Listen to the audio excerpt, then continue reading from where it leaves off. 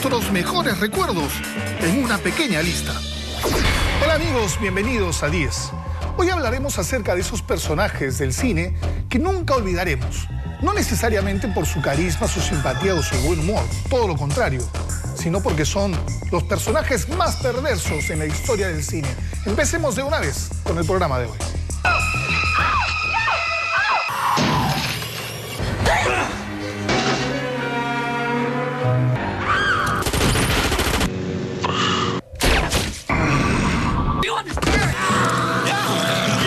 El cine ha sido el marco perfecto para conocer distintos perfiles psicológicos a través de historias que nos han retratado seres psicóticos, obsesivos, bipolares o sociópatas. Eso que antes se llamaba personalidad múltiple, ahora se llama desorden de identidad disociativa. Es un cuadro muy particular, sui generis, que surge como consecuencia de haber experimentado una vivencia profundamente traumática en la infancia. Dentro de los diversos trastornos retratados en el cine, el psicópata es quizá el que más representantes ha tenido. El perfil psicológico de esta patología consiste básicamente en la falta de remordimiento frente al daño que infringe a su víctima. Son los individuos depravados moralmente que planean sus crímenes. Los libros que te dicen que estas personas tienen esta doble personalidad muy marcada, que hay gente que parece que no mata una mosca y que después se transforma. O el otro psicópata que busca notoriedad, ¿no? Son personajes que en muchos casos son encantadores y tienen poder de convencimiento, pero al ser incapaces de tener sentimientos de afecto, solo manipulan a los demás para conseguir lo que quieren. Lo más difícil creo que es cuando te aproximas al perfil del psicópata y puedes ver todo lo que ha hecho, ¿no?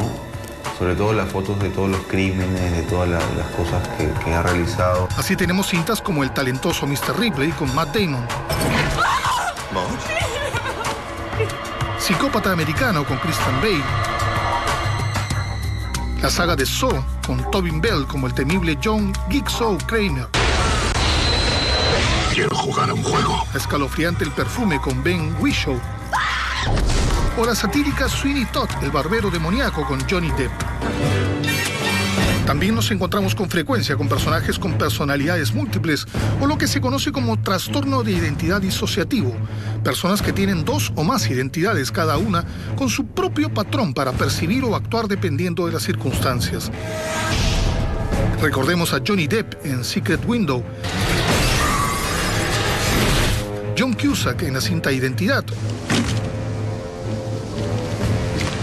o a Edward Norton en El Club de la Pelea, que lucha por momentos contra sí mismo en la figura de Brad Pitt.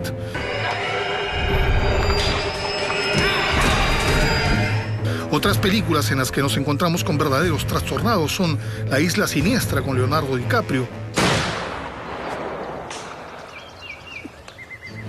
El Maquinista con un esquelético Christian Bale,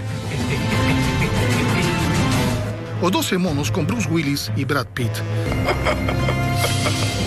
Acompáñenos en 10 a conocer las cintas en las que los antihéroes se robaron la película y se ganaron nuestra admiración por sus interpretaciones inolvidables.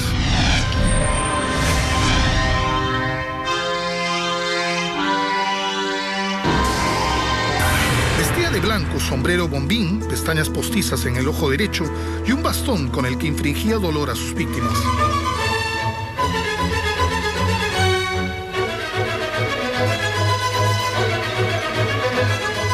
Su nombre era Alex DeLarge, y bajo esa mirada enigmática se escondía uno de los psicópatas más sádicos del cine.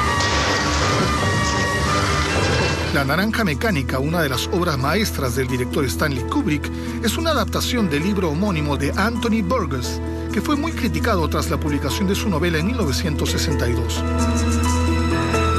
Es que la obra nos traslada a una Inglaterra de futuro lúgubre y pesimista en la que Alex DeLarge, protagonizado por Malcolm McDowell, junto a un grupo de desadaptados llamados drugos, impone la ley del más fuerte arremetiendo con violencia contra todo lo que se cruza en su camino.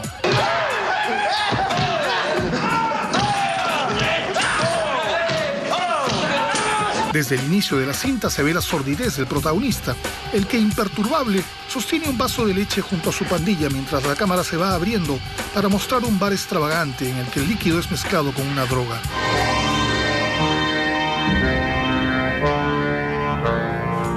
Para Alex y sus drugos, Esa es la antesala para lo que él llama la ultraviolencia. Sale entonces a las calles junto a sus secuaces armados de cadenas y garrotes a descargar su agresividad. Lastima a un viejo mendigo solo porque detesta a los ebrios vagabundos. Se enfrenta con otra pandilla y causa accidentes en un auto deportivo. Cada acto vandálico que protagoniza le produce placer. Es insensible, cínico y pervertido. En una sola noche agrede, roba y viola sin el menor remordimiento. Y hasta canta Singing in the Rain mientras golpea a una pareja de esposos al ritmo de la melodía.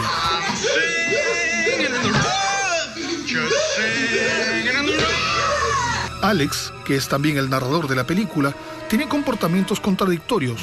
Por un lado muestra una agresividad desmedida y por el otro es sensible a la música clásica, teniendo preferencia por Beethoven y su 9ª sinfonía.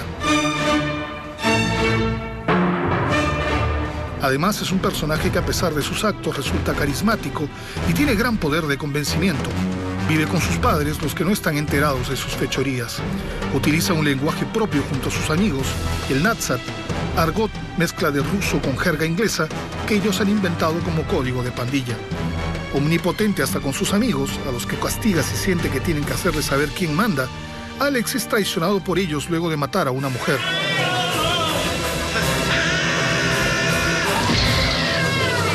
Tras ser condenado a 14 años de prisión, Delarge hace creer al sacerdote del penal que se ha regenerado al leer la Biblia. Al tratar de salir de prisión, el protagonista se somete a un tratamiento experimental llamado Ludovico, por el que es sometido a la tortura de ver sin parpadear sucesivas escenas violentas para causarle repulsión ante cualquier acto agresivo.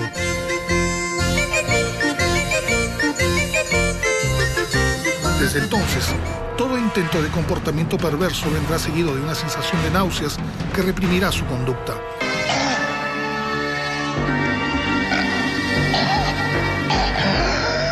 Esto se volverá en su contra, ya que luego tendrá que enfrentarse a sus propias víctimas a la salida de la cárcel.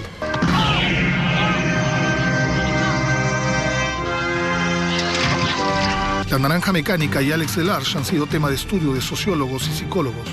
Tras su estreno en 1971, la cinta recibió innumerables críticas por su crudeza sexual y violencia explícita.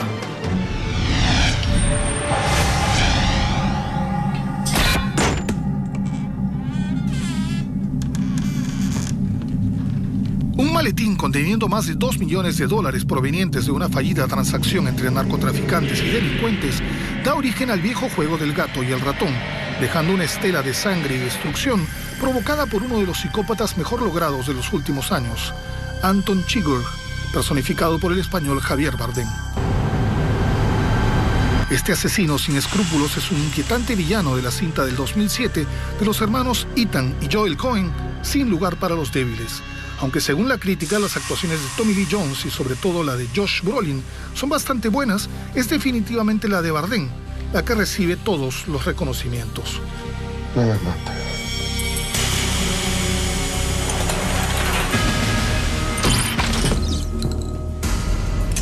Ambientada en 1980, la trama nos presenta a Brolin como un excombatiente de Vietnam que encuentra en medio del desierto los restos de una sangrienta escena en la que se han enfrentado narcotraficantes y maleantes de la zona. Luego de quedarse con el maletín con el dinero de la negociación, huye sin imaginar que a partir de entonces se convertirá en la presa del implacable Anton Chigurh, un frío asesino profesional que no descansará hasta alcanzarlo. Con una insensible mirada, una voz seca y algo sarcástica, y armado de un letal tanque de aire comprimido, el imperturbable perseguidor va dejando en su camino varios cadáveres con el fin de no dejar testigos. Como buen psicópata, no muestra remordimiento alguno y asesina sin compasión a sus víctimas. Además, en ocasiones le gusta poner la vida de estas en el juego de cara y sello de una moneda, con lo que termina de redondear su personalidad calculadora y morbosa. Se sabe también que Bardem, además de comprometerse mucho con los papeles que personifica, no tiene problema en cambiar su aspecto físico. Por eso, aunque dijo sentirse ridículo con el peinado que Anton tuvo que llevar en la cinta, admitió que este le dio un sello característico al personaje.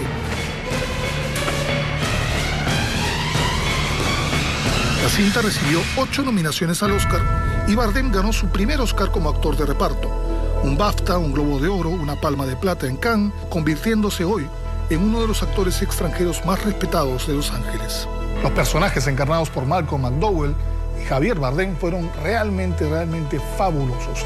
Vamos a la primera pausa del programa y regresamos con Norman Bates de Psicosis, con John Doe de Seven, Hannibal Lecter del Silencio de los Inocentes y mucho más aquí en 10. Nuestros mejores recuerdos en una pequeña lista.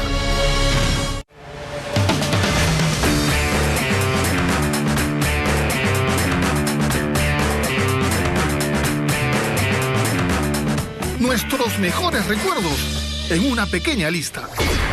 Ya estamos de regreso en el programa y en este bloque las historias de Aaron Stampler de La Raíz del Miedo, Norman Bates de Psicosis y Earl Brooks, el temible Mr. Brooks.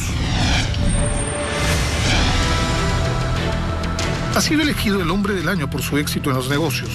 Es un esposo ejemplar y un buen padre.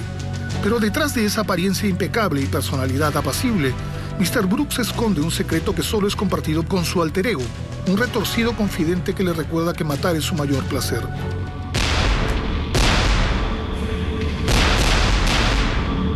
Kevin Costner encarna al sobrio y elegante Earl Brooks, un asesino en serie meticuloso y obsesivo que se ha convertido en un experto en no dejar rastros en la escena del crimen. Su modus operandi es un reto para la policía, especialmente para la investigadora Atwood, protagonizada por Demi Moore, que le sigue los pasos hace varios años. He always rearranges the bodies, but this is way out of character. Usually it's much more romantic. Arms around each other, kissing. Mr. Brooks, thriller escrito y dirigido por Bruce A. Evans, se estrenó en el 2007 y una de las sorpresas fue ver a Costner, un bueno por costumbre, interpretando a un oscuro homicida conocido como el asesino de la huella digital. Este personaje lleva una doble vida, la del exitoso empresario y la del criminal insaciable.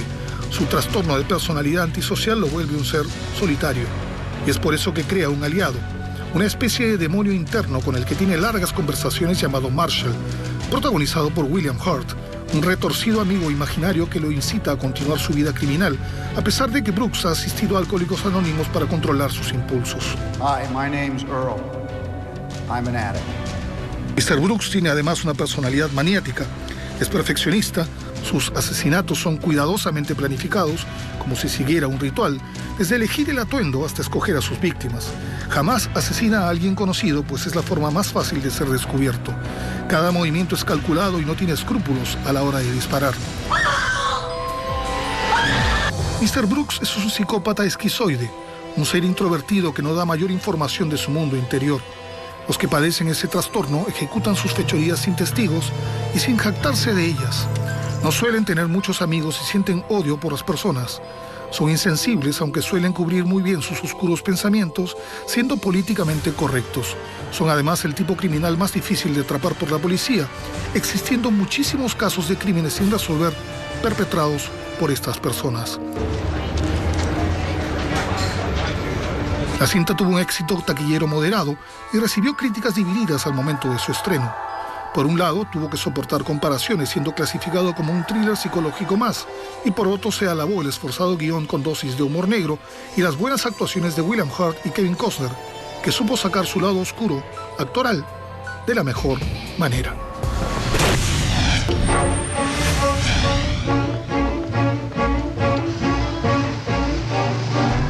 Es una obra de arte del cine. Su éxito radicó en su forma de internarnos en la historia y en un personaje con apariencia tímida pero que escondía un escabroso secreto que aterrorizaba a cualquiera.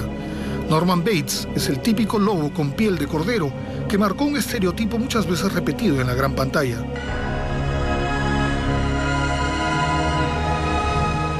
Dirigida por el maestro Alfred Hitchcock y estrenada en 1961, Psicosis nos interna a un lúgubre motel al que llega Marion, interpretada por Janet Leigh, una joven que ha robado dinero a su jefe.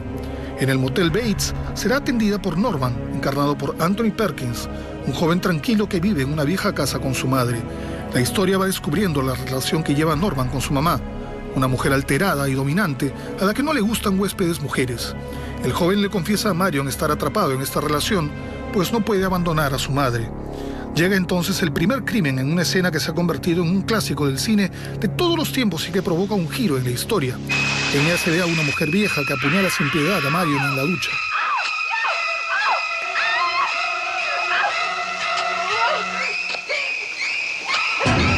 Entonces queda claro que es la madre de Norman que en un ataque de celos elimina a Marion y que él tiene que limpiar la escena del crimen para encubrirla. Finalmente se descubre que Norman sufre de un grave trastorno de personalidad disociativa. Por momentos es un joven apacible que se encuentra bajo el dominio de su madre y luego él es esa madre asfixiante y violenta que mata para evitar que alguien le quite a su hijo.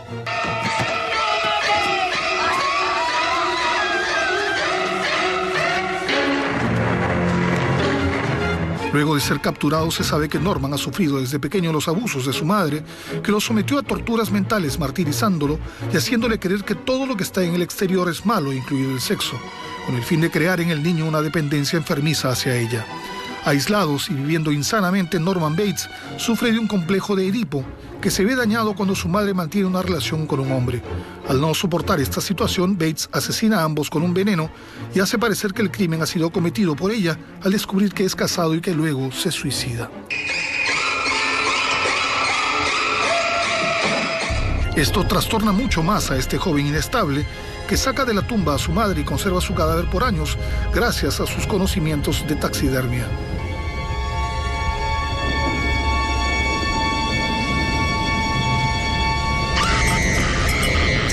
Rodada en blanco y negro para darle un toque más tenebroso, Psicosis fue una de las primeras cintas que alcanzó el trastorno de la identidad múltiple. Aunque los expertos dicen que hay un error en las personalidades de Norman, pues en la vida real solo prevalece una de ellas. Aún así, Psicosis tuvo gran aceptación. Fue tal el impacto que Perkins causó con su papel que se quedó infelizmente encasillado.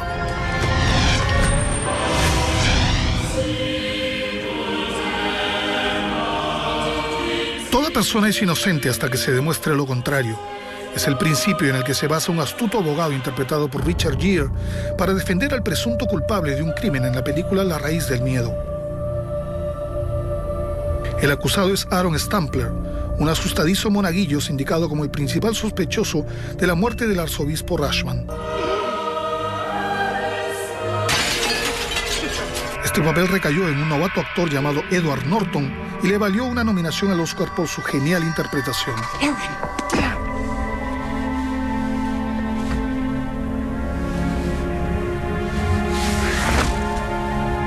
Aaron Stampler es un muchacho de apariencia frágil y mirada inocente que le tiene miedo a la oscuridad y tartamudea cuando está nervioso, que huyó de casa muy joven porque era víctima de abuso sexual por su padre y fue acogido por el arzobispo Rashman, un hombre altruista y fundador de varias entidades benéficas para ayudar a los necesitados. Desde entonces pasó a ser un monaguillo de la congregación, hasta que fue acusado de cometer el asesinato del arzobispo tras ser atrapado huyendo trastornado y cubierto de sangre cerca de las vías del tren.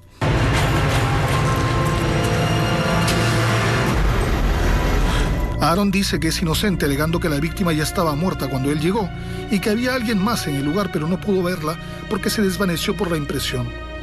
El doctor Martin Bale cree en su inocencia y siente empatía con él mientras se va descubriendo que el asesinado arzobispo es un pedófilo abusador de menores, a los que acoge para luego realizar películas pornográficas caseras. Aaron es sometido a un examen psicológico y en un momento de alta presión cambia totalmente su comportamiento, revelándose como un psicópata amante de la violencia llamado Roy.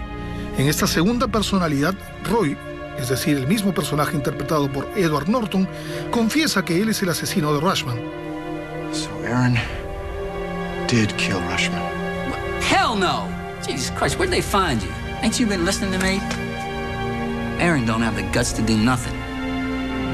It was me, boy. It was me, it was you. Yes, it was. It was you. El diagnóstico final indica un trastorno de desorden disociativo que significa doble personalidad.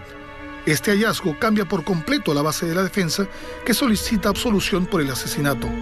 Aaron es presionado en el juicio y brota Roy, que cuenta cómo terminó con la vida de su abusador, con lo que se libra de la cárcel.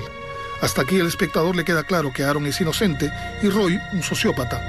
Pero al final confiesa a su abogado que su doble personalidad fue un invento suyo, demostrando que él es Roy, un psicópata que mata con crueldad y se enorgullece de sus actos.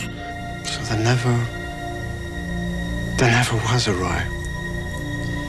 Jesus Christ, Marty, if that's what you think, I am disappointed in you. I don't mind telling you. There never was an Aaron, counselor. Un final inesperado y una actuación magistral de Norton en su primer papel para el cine en 1996. Extraordinario Anthony Perkins en su versión de Norman Bates en Psicosis. Vamos a la pausa y regresamos con papeles hechos por Robert De Niro, Kevin Spacey, Jack Nicholson y muchos más aquí en 10. Ya regresamos. Nuestros mejores recuerdos en una pequeña lista.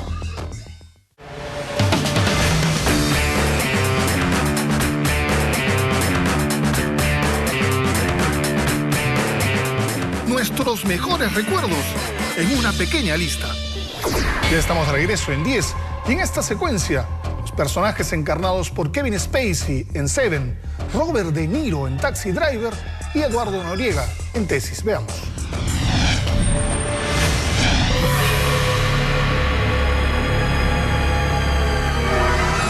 Con los 5 largometrajes que ha escrito y dirigido Alejandro Amenábar, es considerado uno de los mejores cineastas españoles de su generación. Y Tesis, su debut en la gran pantalla, una bien lograda cinta de suspenso que mostró a uno de los psicópatas más seductores del cine. ¿Qué eres? ¿De periodismo? No, de imagen. De los nuestros. ¿Me las das, por favor? ¿Y qué estás? ¿Haciendo un reportaje o algo así? No. Bueno, sí, un reportaje. Estás de suerte. ¿Por? Yo la conocía. Estrenada en 1996, Tesis nos traslada a los ambientes universitarios en donde Ángela, interpretada por Ana Torrent, prepara su tesis sobre la violencia audiovisual. Tras la muerte del profesor que la asesoraba mientras veía un video, Ana sustrae la cinta sin saber que descubrirá una red que realiza las llamadas snuff movie, es decir, películas rodadas clandestinamente en las que se tortura, agrede y mata a personas reales. La víctima del video resulta ser una alumna de su facultad. No, por favor. Por favor, por favor. ¿Por qué me haces esto? ¡Por favor! Junto a su compañero Chema, un amante de películas gore o ultraviolentas, Ángela se irá involucrando cada vez más en ese sórdido mundo, topándose con Bosco Herranz, un estudiante de la facultad que se convertirá en el principal sospechoso de los asesinatos.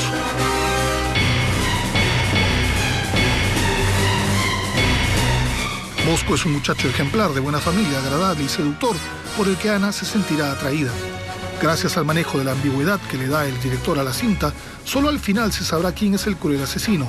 Pero por la violencia con que realiza sus crímenes, el público sabe que se encuentra ante un psicópata con un sadismo sin límites. Me llamo Ángela. Me van a matar.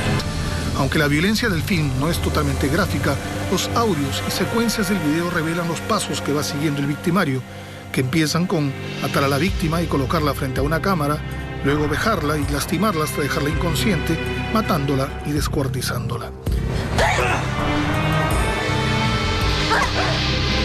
Bosco es el típico sociópata que actúa sin remordimientos. Su mejor arma es su galantería y arte de seducción. Además, sabe usar muy bien la labia para ganarse la confianza de los que están a su alrededor repartiendo halagos y siendo gentil. Una vez descubierta su identidad, se muestra frío, cínico y agresivo. Disfruta de tener el control y de poder infligir dolor en su víctima, pues eso alimenta su hedonismo.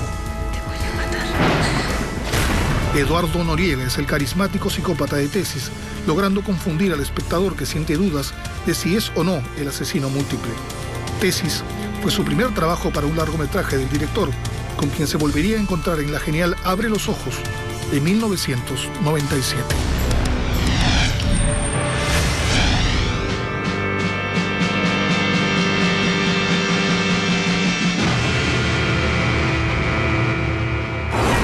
En medio de una Nueva York decadente y violenta, surgió la figura de Travis Bickle, un excombatiente de la guerra de Vietnam que tras su aparente tranquilidad escondía una violencia reprimida que como una bomba de tiempo amenazaba con explotar devastadoramente.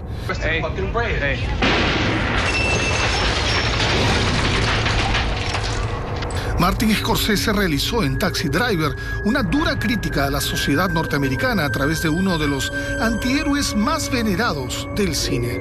Robert De Niro, brillante como Travis Bickle, nos presenta en la primera parte de la cinta a un personaje solitario, de aparente insensibilidad, asqueado de la sordidez que observa en las calles y olvidado por la sociedad, a pesar de haber luchado por su país en una guerra.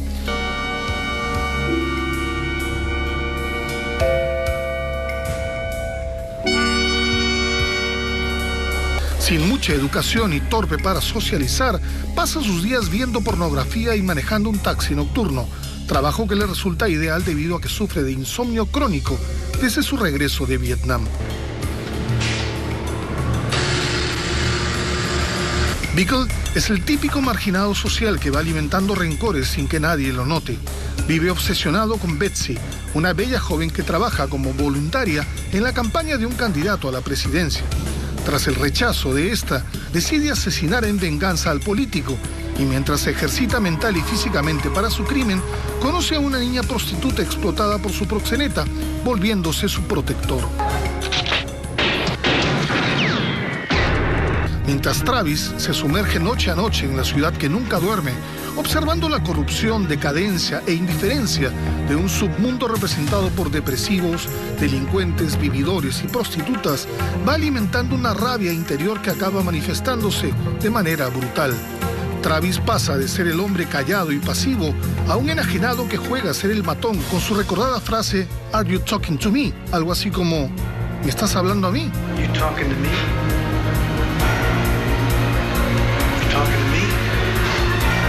Él se va volviendo irascible e impaciente y de mirada desorbitada.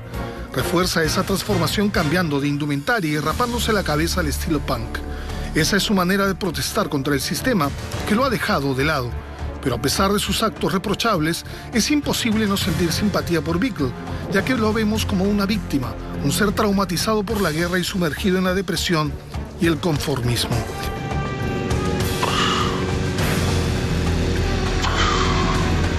Tras su estreno en 1976, Taxi Driver fue bien recibida por el público, pero obtuvo también duras críticas de la sociedad que reprobó el mensaje poco optimista de Scorsese, calificando la cinta de ultraviolenta y fascista, polémica que fue reforzada con el intento de asesinato del presidente Ronald Reagan por el psicópata John Hinckley, obsesionado con el fin y con Jodie Foster en su papel de prostituta.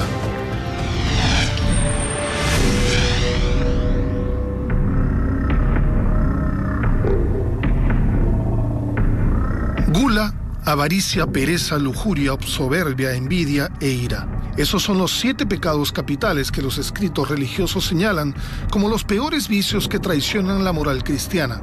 Pero son además el móvil que un escalofriante sociópata utiliza para realizar una serie de morbosos asesinatos a través de los que trata de expiar los excesos de una sociedad decadente.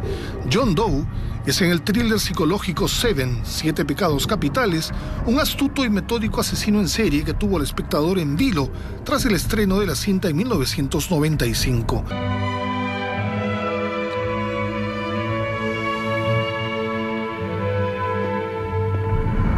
Dirigida por David Fincher y protagonizada por Morgan Freeman, Brad Pitt, Gwyneth Paltrow y Kevin Spacey, Seven es una de las primeras películas de suspenso que muestra a un homicida que tiene un fin intelectual, es decir, que no mata por gusto. Elige a sus víctimas siguiendo el patrón de los pecados que Dante Alighieri relata en la Divina Comedia y trata de que su perfil no deje duda de qué pecado representan. John Doe, encarnado por un genial Kevin Spacey, es un ser cuya retorcidamente moralista lo lleva a realizar las más cruentas torturas, aspirando a ser una especie de ángel vengador que quiere mostrar a la sociedad lo bajo que ha caído. Empieza castigando la gula en un hombre obeso, a quien obliga a comer hasta que muere de una hemorragia interna. Luego sigue con la avaricia, a través de un abogado que ha liberado a asesinos y violadores, a quien le arranca parte de su vientre. Así sigue con la pereza, la lujuria y la soberbia, aplicando el mismo grado de sadismo en sus víctimas. Uno de los mejores puntos de la cinta escrita por Andrew Kevin Walker fue mostrar al asesino pasada la segunda mitad de la película. Así el espectador lo va conociendo a través de la magnitud de sus crímenes y el ensañamiento que tiene con sus víctimas. Una vez que conocemos al autor de tan horrendos asesinatos, nos encontramos con un sujeto con una enigmática mirada que además parece no ser capaz de matar una mosca. You're looking for me. Hey! What's your fucking move? On the fucking floor. Keep away from him! On the fucking floor! I know you. Allí radica la genialidad de la interpretación de Kevin Spacey como John Doe, que demuestra una personalidad compleja mostrándose inquebrantable y apacible. Dejando pendiente los pecados de la envidia y la ira, el clímax final de la cinta es uno de los momentos mejor logrados por el giro insospechado que toma. Una víctima inesperada, un asesino irritante, orgulloso de sus actos, y un policía desesperado desentrañan una trama muy inquietante. A pesar de que la cinta no consiguió la nominación al Oscar para el director y actores que buscaba, las críticas hacia Kevin Spacey fueron muy positivas, siendo considerado uno de los mejores villanos del momento. Become vengeance, David. Oh, she's all right. You tell me. Become wrath. Vamos a la publicidad y volvemos con los principales puestos de esta lista, encarnados por Anthony Hopkins y Jack Nicholson, y además un plus con aroma de mujer. Ya volvemos. Nuestros mejores recuerdos en una pequeña lista.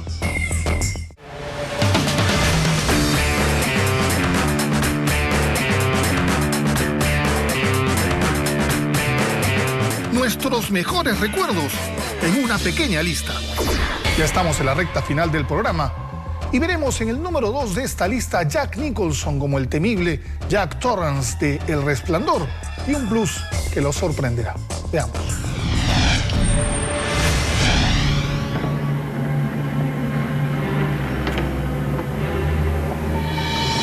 Solo la imaginación de Stephen King y la genialidad de Stanley Kubrick pudieron entregarnos una de las cintas más escalofriantes y a uno de los villanos más siniestros del cine.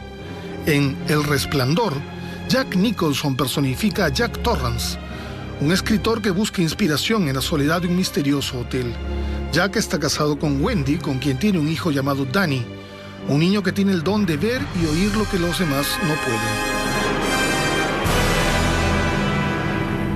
Los tres se mudan al Hotel Overlook, en Colorado, en el que Jack y su familia estarán solos durante el crudo invierno. Al principio el protagonista es un sujeto agradable y bien arreglado que parece haber encontrado la paz en el gigantesco recinto. Sin embargo, con el pasar de los días, la inspiración no parece llegarle mientras su comportamiento se va tornando irritante y su gélida mirada empieza a intimidar a Wendy. Tras algunos altercados, prohíbe a su mujer estar cerca de su máquina de escribir e interrumpirlo cuando está trabajando. Sus reacciones parecen cada vez más descontroladas y Jack fuera de sí.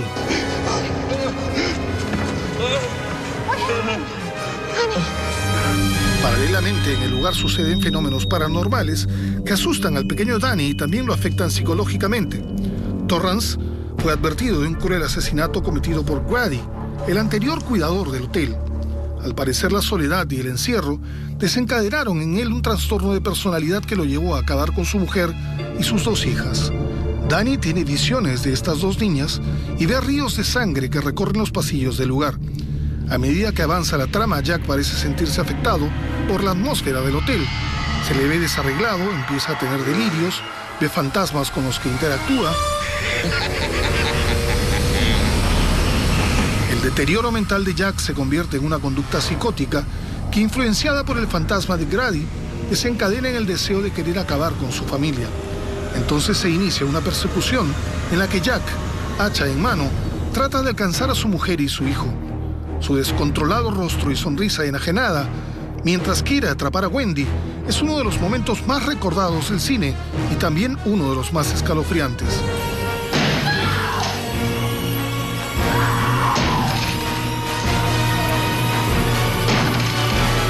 Al final de la cinta, una antigua foto revela la presencia de un hombre idéntico a Jack en una fiesta celebrada en 1921, lo que deja muchas dudas al espectador sobre si Jack era la reencarnación de ese sujeto o si había sido poseído por él. Here's Johnny. En cualquiera de las formas, Jack Torrance quedó para siempre grabado en la mente como uno de los psicóticos más terroríficos del séptimo arte.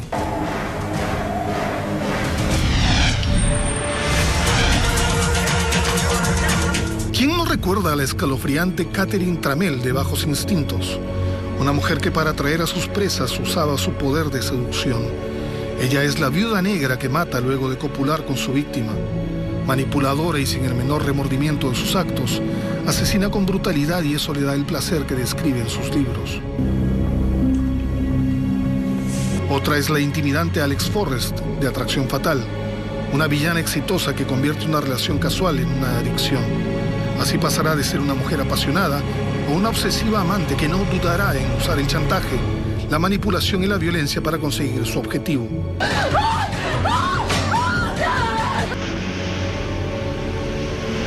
¿Qué fue de Baby Jane?, en la que Bette Davis y Joan Crawford interpretan a Jane y Blanche, dos hermanas que tuvieron una relación de amor-odio.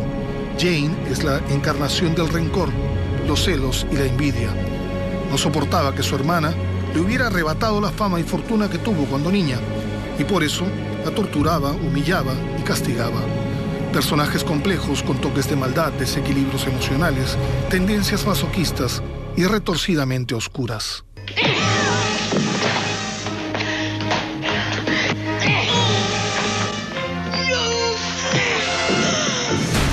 Y para cerrar el círculo de antecesoras, Kathy Bates en Misery.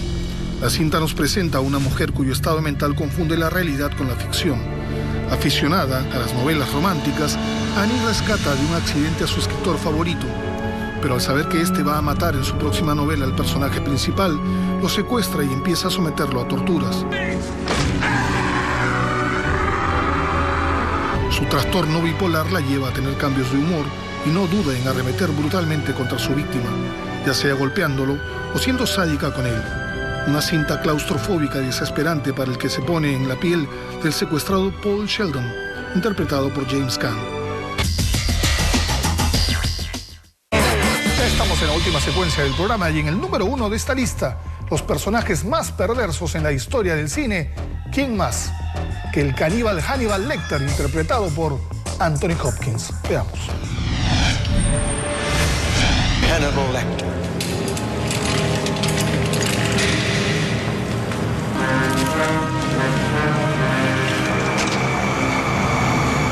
Es el asesino más temible y más fascinante del cine. Hannibal Lecter, llamado el caníbal, que se las almorzaba junto con un buen vino Chianti, es el psicópata que en El silencio de los inocentes en 1991 fue brillantemente interpretado por Anthony Hopkins.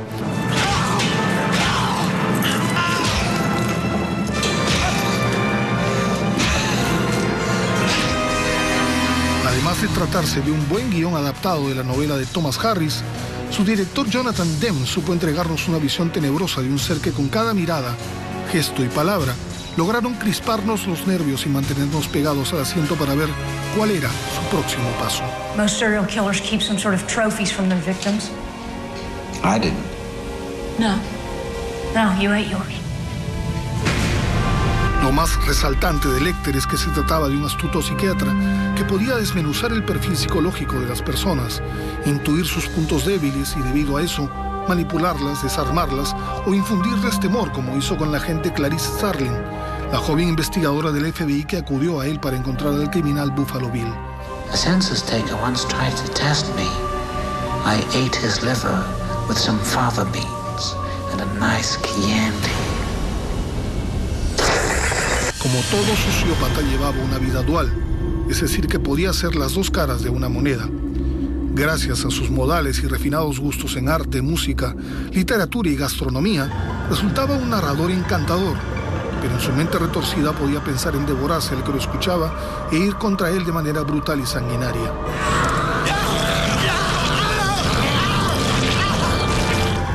Su creador, el escritor, guionista y periodista Thomas Harris, hurgó en la Unidad de Ciencias del Comportamiento del FBI para escribir dos libros que retratan a Hannibal. Comenzó con El Dragón Rojo, luego fue El silencio de los inocentes, y después Hannibal y el origen del mal, que nos cuenta la niñez de Lecter en Lituania, en donde su hermanita Misha es comida por unos soldados nazis, dejando en el pequeño un trauma y un deseo de venganza que lo transformó en un monstruo cuyo sello personal es el canibalismo. Según se cree, Harry se podría haber inspirado en historias reales de caníbales en el mundo. El primero es David Fish, un asesino en serie y caníbal estadounidense que cometió abuso sexual, tortura y canibalismo de por lo menos 100 niños. En una declaración, este sujeto confesó que ningún pavo asado sabía la mitad de bien que un niño gordito. Degenerado total. Otros que pudieron haber influido fueron los homicidas rusos Andrei Chikatilo y Nikolai Buemongaliev. El primero tenía las maneras suaves de Lecter y cometió asesinato y canibalismo con un número no definido de jóvenes y niños de ambos sexos desde fines de los 70 hasta principios de los 90. Varias de las características de estos escalofriantes psicópatas pueden encontrarse en Hannibal, pero no podemos negar que Anthony Hopkins realizó una magistral interpretación a la que supo imponerle su talento y sello personal. Definitivamente Hannibal Lecter es uno de los más complejos, inteligentes y despiadados asesinos múltiples que nos ha entregado a la gran pantalla. Su imponente presencia no solo generó temor, sino también admiración de parte del espectador. Esto, unido a una trama interesante, convirtieron a El silencio de los inocentes en uno de los mejores thrillers psicológicos de la historia. Bueno, amigos, esto fue todo por hoy, pero antes de irnos quiero leer algunos mensajes que nos han llegado por Facebook. Gianfranco Alcarraz González dice: hola, Álamo, ¿qué tal? ¿Qué tal? Me gusta tu programa, no sé si podrías pasar un 10 de las frases más famosas de las películas, como que la fuerza te acompañe, Bond, James Bond, hasta la vista baby, etc. Buena idea, pero sería un programa muy cortito quizá. Jorge Rojas: hagan los mejores bloopers del fútbol y las mejores atajadas. Bien. Felipe Centenaro Rivera: hola, me encantó el programa de hoy. Gracias. Pero por favor hagan un 10 de los golpes más letales o mortales del mundo. O si no, de los deportes de contacto más peligrosos del mundo. Por favor y gracias.